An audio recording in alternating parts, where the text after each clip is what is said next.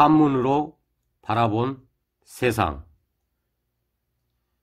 우리나라는 현재 반려견과 함께하는 인구가 1,500만 명을 목전에 두고 있다는 통계가 있습니다. 한문으로 바라본 세상에서는 개에 대해 한문은 어떻게 표현하고 있는지 알아보도록 하겠습니다. 반려견의 반려의 뜻을 한문으로 먼저 살펴보면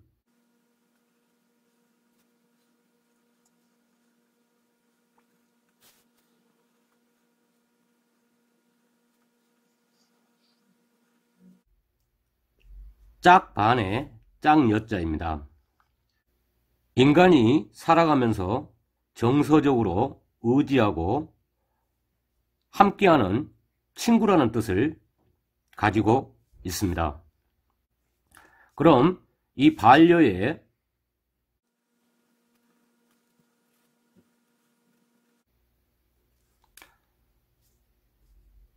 사람 잡자를 여면 반려자라 해서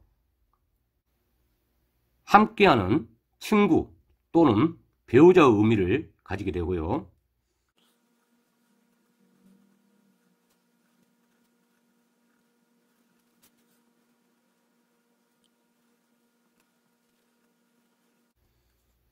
반려 뒤에 동물을 붙이면 반려동물이 되며, 반려 뒤에 격연자를 붙이면 인간과 함께 하는 반려견의 의미를 갖게 됩니다. 한문에서는 개에 대하여 두 가지로 표현하고 있어요.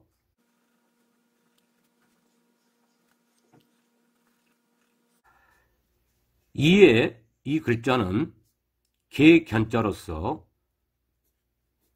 길들여진 개를 표현할 때 이 격연자를 쓰고요. 아래 이 글자는 개사슴록이라고 그러는데 길들여지지 않는 개를 개사슴록으로 표현하고 있습니다.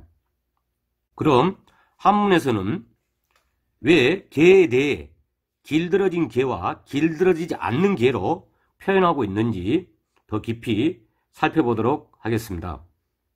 먼저 길들여진 개를 표시하는 격연자가 들어간 글자를 살펴보면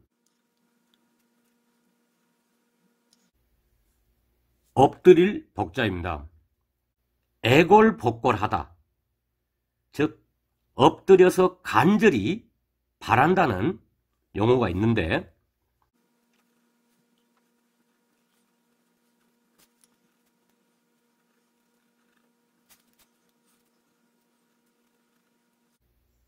개가 주인 앞에 엎드려서 충성을 하듯 엎드려서 간절히 뭔가를 바란다는 의미를 가지고 있는 애골복골할 때 이 엎드릴 복자가 들어가고요.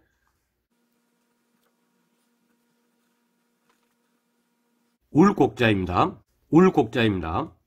주인이 죽으면 개가 너무도 슬피 운다는 데서 유래해서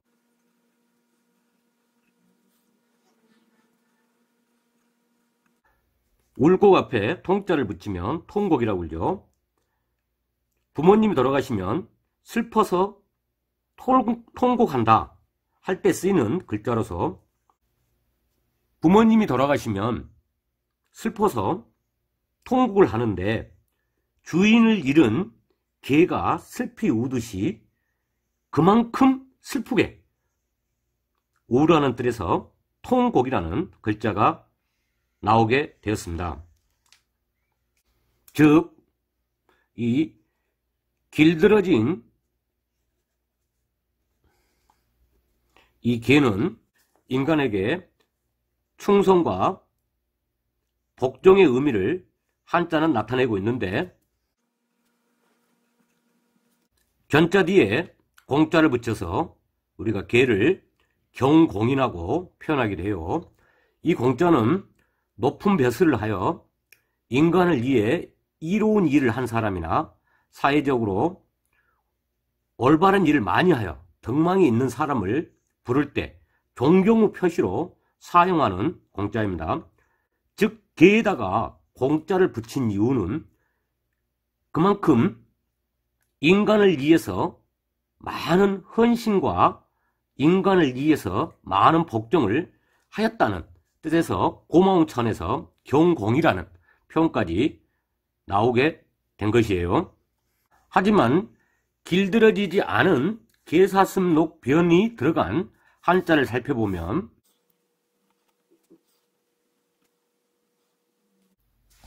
개구자입니다. 이 개구자는 인간에게 충성과 복종심을 표현하는 경공과 달리 사납고 맹수적이며 공격적이고 야생의 상태의 본성을 가지고 있는 길들여지지 않는 개를 표현할 때 이 개구자를 사용합니다.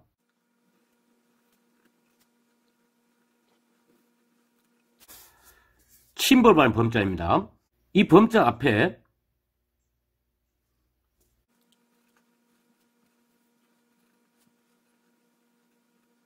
침자를 쓰면 침범이라는 단어가 되고요.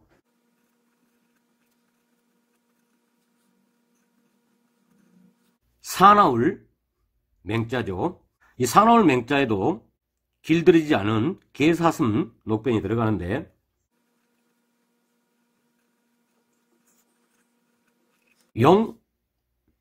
용맹스럽다 할 때 바로 용맹에도 이 사나운 즉 길들이지 않은 즉 개사슴 녹변이 들어가고 있습니다. 즉 개에 대해 간단하게 살펴보니 개는 한문에서 길들여진 모습의 개와 길들여지지 않는 개로 표현하고 있어요. 한문에서 길들여진 모습의 개와 길들여지지 않는 모습의 개 두 가지로 표현하고 있는 이유는 주인에게는 순종적이고 복종을 하는 경공일지라도 주인이 아는 다른 사람들에게는 길들여지지 않은 습성을 가지고 있기 때문입니다. 이러한 두 가지 습성을 가지고 있는 반려견을 집이 아닌 다른 공간으로 나올 때는 항상 길들여지지 않은 습성이 나올 수 있다는 점을 반려견을 키우신 분들은 항상 염두에 두셔야만 합니다. 맞은편에서 사람이 걸어오고 있다면 목줄을 최소 1m 이내로 아주 짧게 잡고 잠시 길 옆으로 피해주는 것이 반려견을 사랑하는 마음의 가장 기본적인 자세가 아닌가 생각하기도 합니다. 목축 사회에서는 개를 맹수들의 공격으로부터 가축을 보호하고 또 인간을 보호하는 반려동물로 함께 해왔지만 농경 사회에서는 가축과 인간을 개가 보호할 일이 그리 흔치 않았고 또 농경 사회에서는 동물성 단백질을 섭취할 개가 흔치 않아 배고픈 백성들은 개를 반려동물이 아닌 식용유 개념으로 키우는 일이 많이 있었습니다. 지금은 혐오스러운 개구리나 뱀 이런 동물들로부터 단백질을 섭취하지 않아도 더 좋은 동물성 단백질을 섭취할 수 있는 것이 많기 때문에 굳이 이런 혐오스러운 동물성 단백질을 섭취하는 사람들을 당연히 사회적으로 비난의 대상이 되고 있지만 아직도 소수의 사람들이 우리 조상들의 농경사회 시절 습성을 버리지 못하는 분들이 있어 매우 안타깝기도 합니다. 하지만 개를 식용으로 생각하지 않더라도 오랜 농경사의 습성으로 개를 인간과 함께하는 반려동물의 대상으로 여기지 않는 정서를 가지고 있는 사람들이 꽤 많이 있어요. 이런 정서를 가진 사람들을 반려동물을 키우는 분들께서 잘못되어 있다 라고 할 수는 없는 것입니다. 따라서 여러 사람이 있는 장소에 반려견과 함께 하실 때에는 튼튼한 목줄과 마스크를 필히 착용시켜서 정서적으로 아직 개를 인간과 함께하는 반려동물로 여기지 않는 사람들로부터 시비거리를 만들지 말아야겠습니다. 길들여지지 않는 개사슴 녹자가 들어간 글씨를 하나 더 살펴보겠습니다.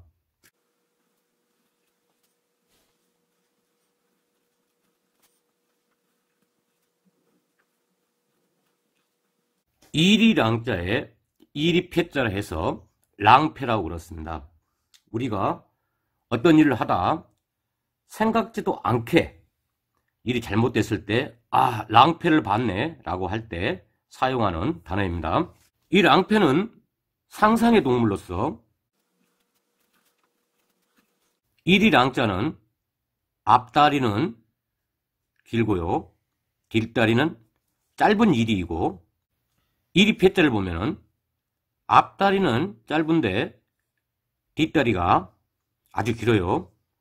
이 상상의 동물 랑패는 혼자서는 올바르게 걸어갈 수가 없기에 랑과 패가 둘이 합쳐서서 걸어다니곤 했어요. 그런데 어느 날 함께 다니던 이 랑과 패가 넘어지면서 그 당황하는 모습을 보고 랑패를 보았다 라는 말이 유래하게 되었습니다. 반려견을 사랑하신 분들은 개는 길들여진 복종과 충성을 다하는 개의 모습과 아직 야생의 상태로 길들여지지 않은 본연의 모습을 간직하고 있다는 것을 망각하지 마시고 집 밖으로 외출할 경우에는 하나, 튼튼한 목줄을 연결할 걸, 둘, 주변에 사람들이 있으면 목줄을 1m 이내로 짧게 잡고 길 옆으로 살짝 비켜줄 것, 셋, 마스크를 필히 착용하시어 이 상상의 동물 랑패와 같이 랑패를 당하는 일이 없도록 주의하시길 바라겠습니다. 지금까지 시청해 주셔서 감사합니다. 다음 시간에는 보다 더 유익하고 재밌는 한문으로 찾아뵙도록 하겠습니다. 성운 한문쌤이었습니다.